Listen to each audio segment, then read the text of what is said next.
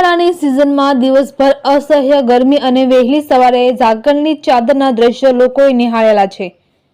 ધારી શહેરમાં આજરોજ વહેલી સવારે ઝાકળની ચાદર હવામાન વિભાગે આગાહી કરી હતી કે એ સાથે જ જગતના તાતને મોટું નુકસાન થશે તેવી શક્યતાઓ વ્યક્ત કરી હતી।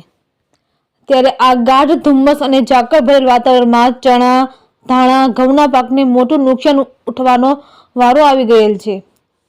કુદરતી આફત બનીને ઝાકળની ચાદરમાં લપેટાઈ ગયેલ શિયાળુ પાકને મોટું નુકસાન જશે, પરંતુ સાથે જ આવનારા દિવસોમાં ફળોના રાજા કેસર કેરીને પણ આ ઝાકળની ચાદર મોટું નુકસાન પહોંચાડી શકે છે।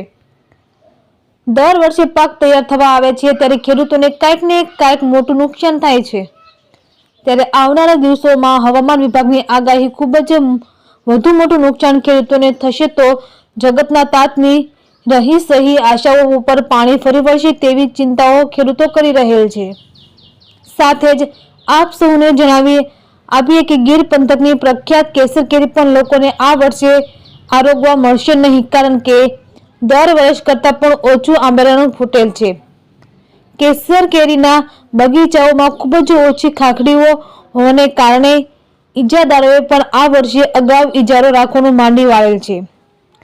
કમોસમી વરસાદ, વાવાઝોડું, ઝાકળ ભરેલ વાતાવરણના કારણે છેલ્લા 10 વર્ષથી શિયાળાની સિઝન દરમિયાન ખેડૂતોને પારાવાર મુશ્કેલીનો સામનો કરવો પડે છે એવી ખેડૂતોએ વેદના ઠાલવી હતી।